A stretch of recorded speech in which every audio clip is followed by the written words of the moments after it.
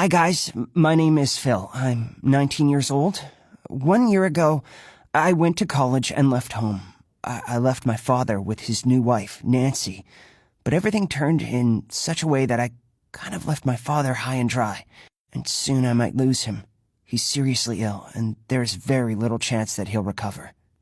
Nancy is the only one to blame, and I think, guys, we're not talking about recklessness here, but more about malice. Well, their marriage was very sudden, but I can't blame my father for keeping his decision a secret from me. I was 5 years old when my mother died, but I didn't find out about it until I was already 12. For 7 years, my father told me that my mother had left us, and that one day she might come back. And he decided to tell me the truth only when he was going to get married again, and came to tell me the good news. How was I supposed to perceive that? I went berserk. I yelled and cried and made a mess at home and finally gave my dad an ultimatum. He had to choose between me and that woman. My father tried to make me change my mind. His fiancée tried to find some way to make up with me, but I perceived the whole thing as one huge, dirty trick. I had been waiting for my mother for 7 years, and I just couldn't accept any new life without her. Naturally, my father's relationship with that woman ended. I ruined it. Situations like that repeated over the following years. My father tried to meet different women, and I did my best to ruin those relationships. I fought with him, I insulted his girlfriends, I told him that he'd better not dare to desecrate the memory of my mother. Well, I was a kid, and I despised all these strange women. My father was already afraid of my reaction, so he would hide any relationship he might have had, and because of that, he could not promise much to these women. At home, this topic seemed to be closed forever. My father did not speak. I did not ask. So, years have passed. And a couple of years ago, my father began to change. He became more cheerful and self-confident. I noticed that he had started to take better care of his appearance. Sometimes he came home from work later than usual, and he was in a good mood. I realized that my father had met somebody, but I pretended that I didn't notice.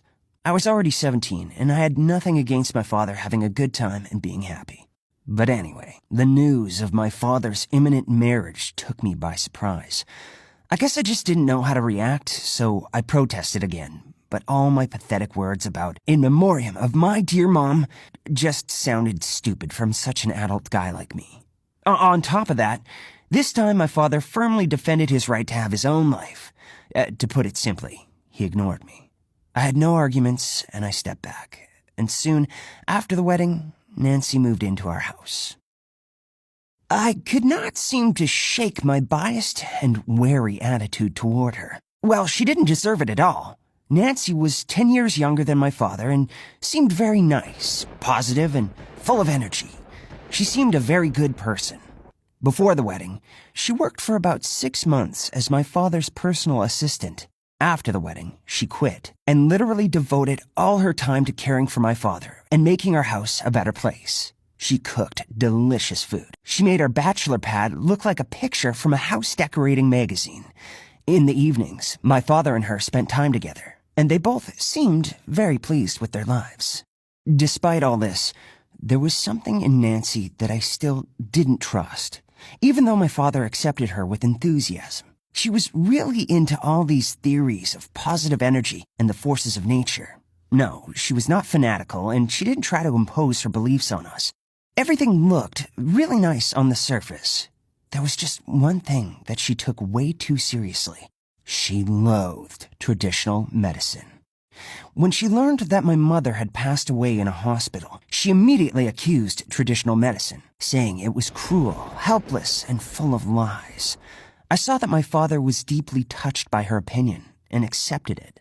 A few days later, together, they collected all the pills and medicine that we had in the house, took the box out into the garden, and burned it.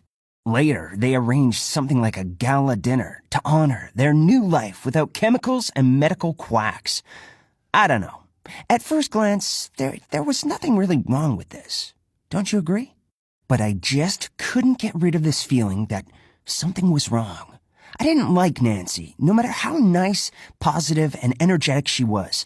I disliked her more and more. I felt like she was insincere, like she was playing a role, you know? And when she didn't know that I was looking at her, her face became cold and unkind. I tried to talk about her with my father, but that was a mistake. He became furious. For the first time in my life, he gave himself free rein on his words about me. He shouted that because of me, he had not lived a normal life for many years. That I just can't imagine what hell his life was because of me and my absurd childish requests and protests against any of his relationships. And that now was the time to leave him alone. He advised me in a very sharp manner to finally grow up and take care of my own life. Well, I followed my father's advice. By this time, I had finished school. Several colleges were ready to accept me, and I chose the one that was in another city. I never improved my relationship with Nancy, and my attitude really poisoned the atmosphere in the house and made life for everyone, including myself, unbearable. So I just left. My new life fascinated me. I loved studying. I liked my new friends, and of course, there were plenty of girls. The year just flew by. At first, I called home every now and then to talk to my father, but I didn't want to hear about his life with Nancy. And I didn't feel like talking about my new life either. So, gradually, we stopped communicating. But before Christmas, I had a huge fight with a girl I was dating at the time. After that, I suddenly experienced some kind of a sentimental feeling and decided to go home without warning. You know, like movie characters do. I arrived late in the evening, but found my father alone, and I was shocked by what I saw. My father had lost a lot of weight and had noticeably aged. He could not say anything to all my questions about the reasons for this change, except that he had not been feeling well for the last 6 months, and that Nancy was making every effort to cure him. He meant that she was making complex herbal teas, that they together performed special cleansing meditations, and that Nancy was looking everywhere for various minerals and crystals that were charged in a special way. And even now, she wasn't at home because she went to another city to pick up a rare artifact brought straight from Tibet. Nancy had to do it personally so that this thing would go all the way in human hands to preserve its healing energy. My father explained all of this nonsense to me until I interrupted him, asking if he had seen any doctors. He almost screamed that he would never go to those scammers, that he hadn't spent a dime on medical insurance for a long time, and wouldn't allow anyone to experiment on him and poison him with chemicals. We started to argue, but I suddenly realized that as a result of this argument, my father got visibly weaker. I saw that he was almost suffocating, just from a loud conversation. I felt shivers and fury at the same time. I don't remember what I told him. Something about the fact that Nancy had turned him into a zombie and was literally killing him. My father objected, but he could barely stand on his own 2 feet. I stopped listening to him. At that moment, I realized that this fight was more likely to kill him than being able to convince him of anything, unless I had evidence. And that was my step into despair. I had nothing but a deep confidence that Nancy was a liar and a villain. But I had to try to find evidence immediately, right now. So I ran upstairs to Nancy's room and began to search her bedside table and other things. And voila! I found various pills and medication, from birth control pills and aspirin to sleeping pills, and even prescription painkillers. I brought it all down, literally threw it at my father's feet, and screamed that Nancy was a dirty liar and that I had always felt it. And, my God, my father started to cry.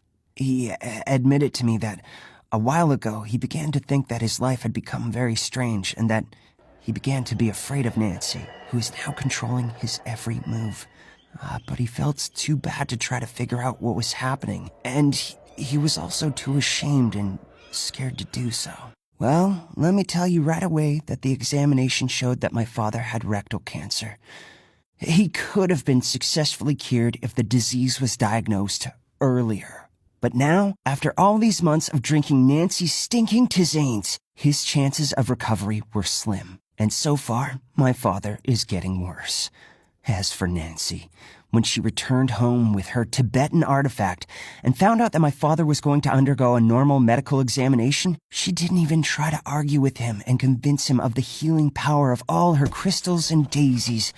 Oh, she didn't. This enthusiast of good energy just filed for divorce, accusing my father of numerous adulteries and domestic violence. Of course, it was all a lie. She was just trying to sue to get a significant portion of my father's fortune. I couldn't leave my father in this vulnerable state, so I had to put college on hold in order to be with him at this time. And I'm hoping for the best, that he will live, and that together we will put this Nancy behind bars.